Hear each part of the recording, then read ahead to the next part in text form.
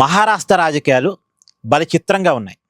మీ అందరికీ తెలుసు కదా, అక్కడ శివసేన పార్టీ ఇప్పటికి 2 సార్లు చీలిపోయింది. ఒకసారేమో శివసేన పార్టీ మొత్తాన్ని షిండే లాగేసుకున్నాడు.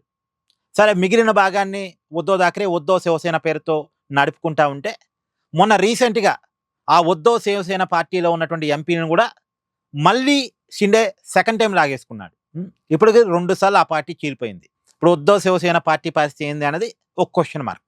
ఇది పక్కన పెడితే Sharad Pawar party NCP, national Congress party, ఆ పార్టీ కూడా గతంలో చీలిపోయింది. కూతురు మేనల్లుడు మధ్య జరిగినటువంటి ఆధిపత్య పోరులో మేనల్లుడు అజిత్ పవార్ ఆ పార్టీని చీల్చి పోయి ఎన్డీఏ కూటమిలో చేరాడు అజిత్ పవార్. ఇప్పుడు శరద్ పవార్ పార్టీ మరొకసారి చేరబోతుందనే వార్తల నేపథ్యంలో అసలు శరద్ పవార్ పార్టీని కాంగ్రెస్ పార్టీలో విలీనం చేయాలి అనేటువంటి చర్చ జరిగింది. అంటే అది ఆల్రెడీ కాంగ్రెస్ పార్టీ నుంచి పుట్టిన పార్టీయే.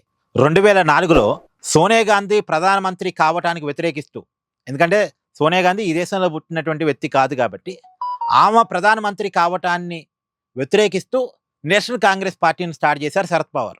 అంటే కాంగ్రెస్ పార్టీ నుంచే విడిపోయి వచ్చారు బయటికి. మళ్ళీ ఆ పార్టీని మారిన రాజకీయ పరిస్థితుల్లో ఆ పార్టీ బతకటం కష్టం కాబట్టి, ఆ పార్టీ ఆల్రెడీ ఒకసారి చీలిపోయింది కాబట్టి, ఇక ఆ పార్టీ మనుగడ సాగించాలంటే కాంగ్రెస్ పార్టీలో విలీనం చేయాలి అనేటువంటి చర్చ నడిచింది. అసలు దేశవ్యాప్తంగా కూడా తృణమూల్ కాంగ్రెస్ పార్టీని, ఎన్సీపీ పార్టీని, ఎవరైతే కాంగ్రెస్ పార్టీ నుంచి విడిపోయి బయటకు వచ్చి కొత్తగా పార్టీలు పెట్టుకున్నారో ఆ పార్టీలన్నీ కూడా మళ్ళీ కాంగ్రెస్లో మెర్జ్ కావాలి, ప్రాంతీయ పార్టీలు బతికే పరిస్థితి లేదు కాబట్టి బీజేపీని తట్టుకొని అనేటువంటి చర్చ జరిగింది. ఒక టైంలో అసలు ఎన్సీపీ కాంగ్రెస్లో విలీనం కాబోతుంది అనే చర్చ నడిచింది. ఇప్పుడు కాంగ్రెస్లో విలీనం కావటం అనేది పక్కన పెడితే బీజేపీలో విలీనం కాబోతుందా, లేదా ఎన్డీఏ కూటమిలో ఎన్సీపీ చేరబోతుందా, ఇప్పుడు ఆ చర్చ స్టార్ట్ అయింది. రీసెంట్గా షిండే శరద్ పవార్ని కలిశారు. ఇప్పుడు శరద్ పవార్ ఆరోగ్యం బాగాలేదు, ఆయన వయసు అయిపోయింది. ఆయన తర్వాత ఆ పార్టీకి నాయకులు ఎవరంటే ఆయన కూతురు పార్టీని ఏదే పరిస్థితుల్లో చక్రం తిప్పగలిగిన పరిస్థితుల్లో ఆమె లేదు. ఆమె కాదు, శరద్ పవారే లేడు అసలు. ఒకప్పుడు బలమైన నాయకుడు శరద్ పవార్, కానీ ఇప్పుడు ఆ పరిస్థితి లేదు. ప్రాంతీయ పార్టీలన్నీ నాశనం అయిపోతున్నాయి.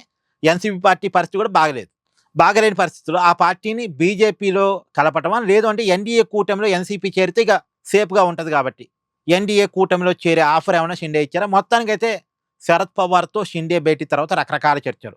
మొత్తానికి కాంగ్రెస్ పార్టీలో ఎన్సీపీ విలీనం అయితే ఆగిపోయినట్టేగా. ఎన్డీఏ కూటమిలో చేరటమా, లేదా న్యూట్రల్గా ఉంటామా, లేదా అసలు పూర్తిగా పోయి బీజేపీలో మెర్జి కావటమా, ఏదో ఒకటి జరిగే అవకాశం అయితే కనపడుతుంది. అయితే ఇక్కడ ఒక విషయాన్ని గమనించాలి. ఈ జరిగే పరిణామాలన్నీ కాంగ్రెస్ పార్టీకి మంచిదే.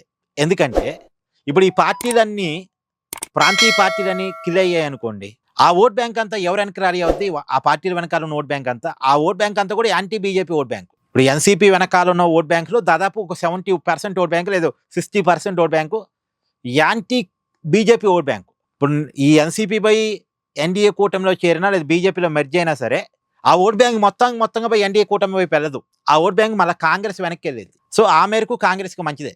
ఈ ప్రాంతీయ పార్టీలు ఎంత నాశనం అయితే కాంగ్రెస్ పార్టీ కూడా అంత మంచిదే. ఎందుకంటే ఆ ప్రాంతీయ పార్టీలు వెనక ఉన్నది యాంటీ బీజేపీ ఓట్ బ్యాంక్. ఆ ప్రాంతీయ పార్టీల వల్ల నష్టపోతుంది కాంగ్రెస్ కాబట్టి అవి నాశనం అయితే ఎంతో కొంత బెనిఫిట్ కాంగ్రెస్ పార్టీకి ఉంటుంది. అదే క్రమంలో బీజేపీ తన ఆధిపత్యాన్ని చూపించుకోగలిగింది. ఈ 2 జాతీయ పార్టీలకి లాభమే.